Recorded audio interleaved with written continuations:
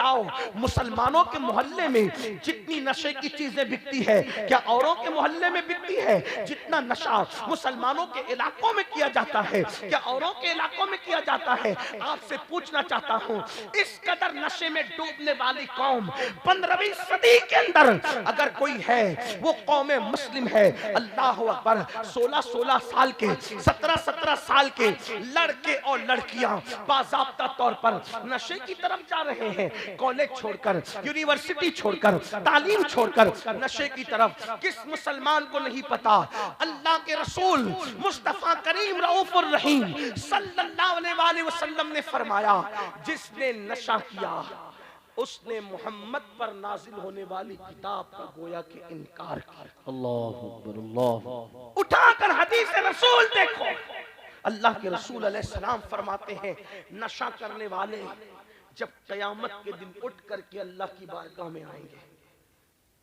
नशा करने वाले, काश मेरी ये आवाज, ये मेरी गुनहगार आवाज, ये मेरी बेअसर आवाज, काश अल्लाह इसमें असर पैदा करके किसी नशा करने वाले जवान तक पहुंचा दे।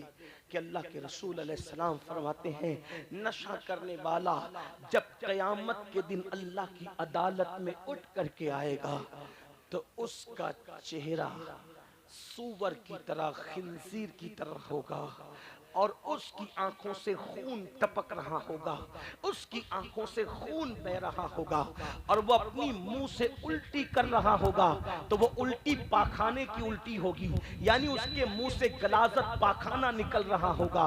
मुंह सूअर का, तवज्जो करें, मुंह सूअर का, खिंजीर का, आंखों से खून और मुंह से पाखाना, और पूरे बदन पर सांप और बिच्छू चिपके हुए होंगे। और जिन आलात के साथ वो नशा करता था वो आलात उसके हाथ में होंगे और आसपास फरिश्ते होंगे जो उस पर लानत कर रहे होंगे, उस पर लानत बरसा रहे होंगे।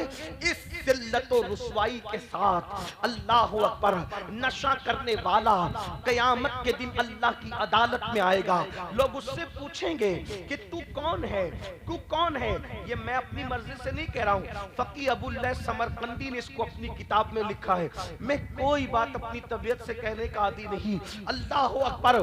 फकी लिखते हैं, जब इस जिल्लत के साथ नशा करने वाला मैदान क़यामत में आएगा तो लोग कहेंगे तू कौन है, इतनी जिल्लत के साथ तू आ रहा है? तो उसको कहा जाएगा बता तू कौन है। फरिश्ते कहेंगे लोगों, ये दुनिया के अंदर नशा करता था, ये दुनिया में शराब पीता था, ये दुनिया में नशा किया करता था। अब आप मुझे बताएं कितनी जिल्लत है नशा करने वालों के लिए। अब आप देखें, यजीद नशा करता था, इमाम अली मकाम नशे के खिलाफ थे। अब आपसे पूछता हूँ, हुसैनियत नशा करने का नाम है या नशे की मुखालिफत करने का नाम है? आप मुझे जवाब दें, नशा करने का नाम हुसैनियत है या नशे की मुखालिफत करने का नाम हुसैनियत है? अब अगर कोई नशा कर रहा है तो चाहे उसका नाम गुलाम हुसैन हो, चाहे उसका नाम गुलाम अली हो, चाहे उसका नाम अब्बास हो, अगर वो नशा कर रहा है तो गुलाम हुसैन नाम होने के बावजूद वो हुसैन का गुलाम नहीं, वो यजीद का गुलाम है, क्योंकि वो यजीद का किरदार जिंदा कर रहा है। निकलो सुन्नियों, मेरी कौम के जवानों, ए मुसलमानों, यजीदी किरदार से बाहर निकलो। दूसरी बात, बहुत लंबी नहीं करने वाला, गर्मी का मौसम है, आप लोग बहुत गर्मी में बैठे इसका मुझे ख्याल है, लेकिन दूसरी बात, एक दो बात और करूंगा, बात खत्म करूंगा। दूसरी बात, यजीद अलल ऐलान नमाजों को तर्क करता था, वो नमाज नहीं पढ़ता था। उसने सफर हज में भी नमाज छोड़ी, मदीने मुनव्वरा आके भी उसने नमाज में गफलत की। इमाम के सामने उसका ये किरदार मौजूद था, ये कैरेक्टर मौजूद था। आपसे पूछना चाहता हूँ, लोग इस पर हंसते हैं, हम लोग का मजाक उड़ाते हैं, अभी तक ये लोग नमाज रोजे में ही डूबे हुए, अभी तक ये लोग नमाज रोजे की बात करें। दुनिया कहाँ पहुंच गई, ये अभी तक नमाज रोजे की बात करते हैं। मैंने कहा दुनिया कहीं भी पहुंचे, हमारी नमाज, तवज्जो करना, हमारी नमाज हमें वहां तक ले जाती है चांद पर जाने वाले जहां का तसव्वुर नहीं कर सकते, क्योंकि मेरे नबी ने फरमाया जो बंदा नमाज में सजदे में होता है तो अल्लाह और बंदे के दरमियान सारे पर्दे उठा दिए जाते हैं, तो गोया के सजदा करने वाला डायरेक्ट खुदा की बारगाह में पहुंच जाता है। बल्कि एक हदीस पाक है कि जब तुम सजदा करते हो तो तुम्हारा सर खुदा के कदमों में होता है। अल्लाह के कदम हमारे कदम की तरह नहीं है, वो जिस्म जिस्मानियात से पाक है, लेकिन समझाने के लिए कहा गया कि बंदे जब तू सजदा करता है तो तेरा सर खुदा के कदमों में होता है। जैसे वजहुल्लाह है, यदुल्लाह है, वैसे कदम भी बयान किए गए, लेकिन हमारे कदमों की तरह ये कदम नहीं है जिसमें उंगलियां हैं, नाखून है, ऐसा नहीं है। तो फरमाया अल्लाह अकबर कि तेरा सर उसके कदमों में होता है, उसकी चौखट पे होता है, और वो तेरे सामने होता है और तू उसके सामने होता है, जो जिस्म जिस्मानियात से ज़मान और मकान से पाक है। गोया कि उसके अनवार और तजल्लियात तुझे चारों तरफ से घेर लेते हैं, तेरा इहाता किए हुए हैं। मेरे आका अलैहिस्सलाम के प्यारे दीवानों, यजीद नमाज में कोताहियां करता था। आज लोग कितने हैं जो मस्जिदों को आबाद करते हैं। जलसे के नाम पे तो हजारों जमा होंगे, लेकिन नमाज के नाम पे कितने? मस्जिदों के अंदर धूल है। अचानक चले जाओ मस्जिदों में, चटाइयों पे धूल है, चटाइयों पे गर्द गुबार है।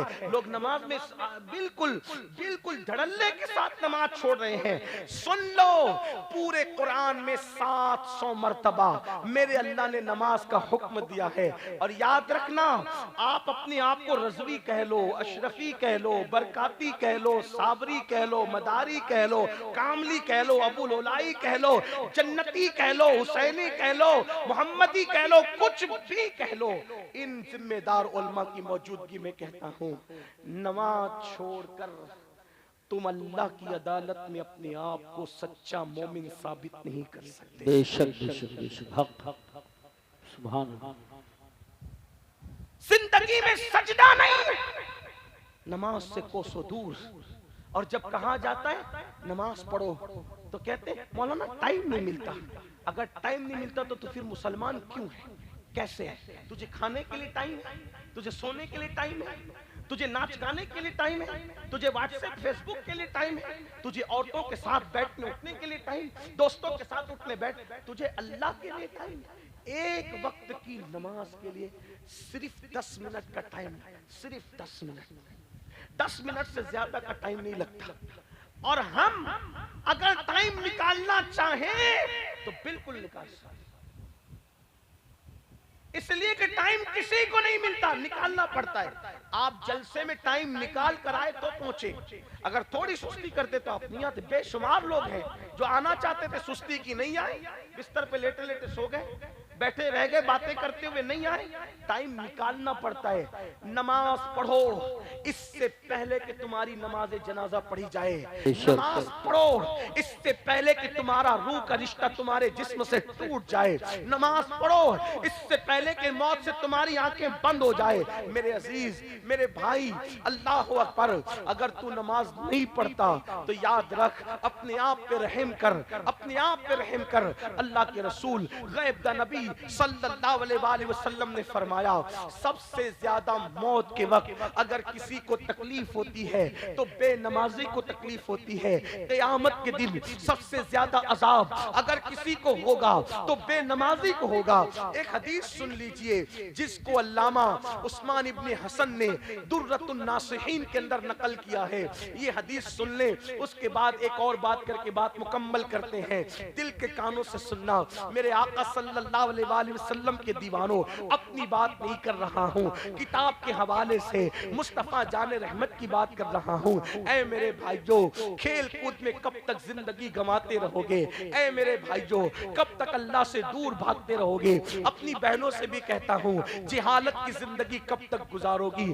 कब तक सीरियल, फिल्में, गाने, बाजे, तमाशों में मसरूफ रहोगे? हाय हाय, जो कौम अहले बैत की मोहब्बत का नारा लगाए, उस कौम की जिंदगी में सजदा नहीं, आला के सजदा किया, इमाम आली मकाम ने सजदा किया। आखिरी सजदे ही में तो जान गई इमाम की। सैयदा फातिमतुल ज़हरा आखिरी वक्त तक सजदा करती रही। मौलाए कायनात ने आखिरी वक्त तक, उनकी शहादत भी तो मस्जिद में हुई। मुझे हैरत है, मौला अली ने मस्जिद में शहादत पाई, सैयदा फातिमा नमाज की हालत में अल्लाहु अकबर पूरी पूरी रात गुजार देती है। इमाम हुसैन नमाज की हालत में शहादत पाए। मेरी कौम को क्या हो गया? ये कौम नमाज की तरफ नहीं आती, इस कौम को नमाज की तौफीक नहीं होती। मेरे भाइयों, हम अल्लाह का अज़ाब बर्दाश्त नहीं कर सकते। कितनी भी ताकत हो, कितनी भी कुव्वत हो, खुदा का अज़ाब बर्दाश्त न कर सकोगे। आइए साहिब दुर्रतुन नासिहीन से एक रिवायत सुन लेते हैं, अपनी बात नहीं, रसूलुल्लाह का फरमान। एक बार ऐसा हुआ, मेरे आका अपने यारों के साथ मस्जिद नबवी में जलवागर हैं। मेरे सरकार मस्जिद नबवी में जलवा फरोज है। एक जवान रोते हुए मस्जिद नबवी में आता है और मस्जिद नबवी में आने के बाद उसकी आंखों में आंसू थे। अल्लाह के रसूल गैब नबी सल्लल्लाहु अलैहि वसल्लम उसको रोता हुआ देखकर उसके हाल ज़ार पे रहम करते हुए उससे पूछते हैं, ऐ जवान तू क्यों रो रहा है? तेरे रोने की वजह क्या है? तेरी आंख में आंसू क्यों है? उस जवान ने कहा, या रसूल अल्लाह सल्लल्लाहु अलैहि वसल्लम, मेरे माँ बाप आप पे कुर्बान। आका, मेरे बाप का इंतकाल हो गया, मेरा बाप मर गया, मैं देहात में रहता हूँ। मेरे बाप को न कोई गुस्ल देने वाला है, न कोई कफन पहनाने वाला है। या रसूल अल्लाह, इसलिए मैं रो रहा हूँ। मेरे बाप की मौत के बाद भी न कोई गुस्ल देने वाला, न कोई कफन पहनाने वाला। अल्लाह के रसूल गैब दा नबी मुस्तफा जान रहमत सल्लल्लाहु अलैहि वसल्लम ने सैयदना सिद्दीक अकबर और फारूक आजम से फरमाया, तुम दोनों जाओ और जाकर के इसके बाप को गुस्ल दो और इसके बाप को कफन पहनाओ। अल्लाह अकबर। जब मेरे आका के दोनों यार सिद्दीक और फारूक तशरीफ ले गए, उसको नहलाने के लिए जैसे उसके मुंह से चादर हटाई, उसके मुंह से कपड़ा हटाया, क्या देखा? उसका मुंह काले सूअर की तरह था, उसका मुंह काले खिंजीर की तरह था। यानी उसका मुंह इंसानों की तरह नहीं था, बल्कि काले सूअर की तरह, काले खिंजीर की तरह। ये बात मेरी नहीं है मेरे भाई, साहिब दुर्रतुन नासिहीन इसके जिम्मेदार है। ये मुस्तफा जान रहमत का फरमान है। जिसके कहने पे खुदा को एक माना है, जिसके कहने पे कुरान को अल्लाह की किताब मानी है, उस रसूल का फरमान सुन करके लरस जाओ, अपने आप को तबाह न करो। ये दुनिया का माल जिसके लिए रातों दिन दौड़ते हो, मरने के बाद यही पड़ा रह जाएगा। तुम्हारे माल पर लोग ऐश करेंगे, तुम्हारे माल पे लोग आराम करेंगे। नहीं देखते लोग मर गए माल छोड़ करके, आज उनकी औलाद ऐश करती है, उनके लिए कभी मगफिरत की दुआ नहीं करती। उनकी कब्रों पर कोई जाके फातिहा पढ़ने वाला नहीं, कोई मगफिरत की दुआ करने वाला नहीं। वो मगफिरत की दुआओं को तड़प रहे हैं, मगफिरत की दुआओं को तरस रहे हैं। मेरे भाइयों, अपने आप को तबाह न करो, अपनी आखिरत की फिक्र करो, अपनी कब्र की फिक्र करो, मैदान महशर की फिक्र करो, अल्लाह की अदालत की फिक्र करो। हुआ क्या? सैयदना सिद्दीक अकबर और फारूक आजम फरमाते हैं कि जब उसके चेहरे से हमने कपड़ा हटाया तो उसका मुंह काले खिंजीर की तरह, काले सूअर की तरह था। जैसे ही हटाया, पैरों के नीचे से जमीन खिसक गई, जमीन निकल गई। फौरन उसके मुंह पे कपड़ा डाला और एक कासिद को अल्लाह के रसूल गैब दा नबी सल्लल्लाहु अलैहि वसल्लम की बारगाह में भेजा। जब कासिद हुजूर के पास आया तो कहा, या रसूल अल्लाह सल्लल्लाहु अलैहि वसल्लम, सिद्दीक और फारूक को आपने उसको गुस्ल देने के लिए और कफन पहनाने के लिए भेजा, लेकिन उसको कैसे गुस्ल दे, कैसे कफन पहनाए? उसका मुंह तो सूअर की तरह, काले खिंजीर की तरह हो गया। उस देहात में अल्लाह के रसूल अलैहिस्सलातु व तस्लीम बनफ्स नफीस तशरीफ लाए। मेरे आका बजाते खुद वहां पर उस देहात में तशरीफ लाए और आने के बाद मेरे आका अलैहिस्सलाम ने फिर अपने हाथ उठाए और दुआ की, ए अल्लाह इसका मुंह ठीक कर दे, इसका जो मुंह काले सूअर की तरह, काले खिंजीर की तरह हुआ है, इसका मुंह ठीक कर दे, इसका मुंह दुरुस्त कर दे।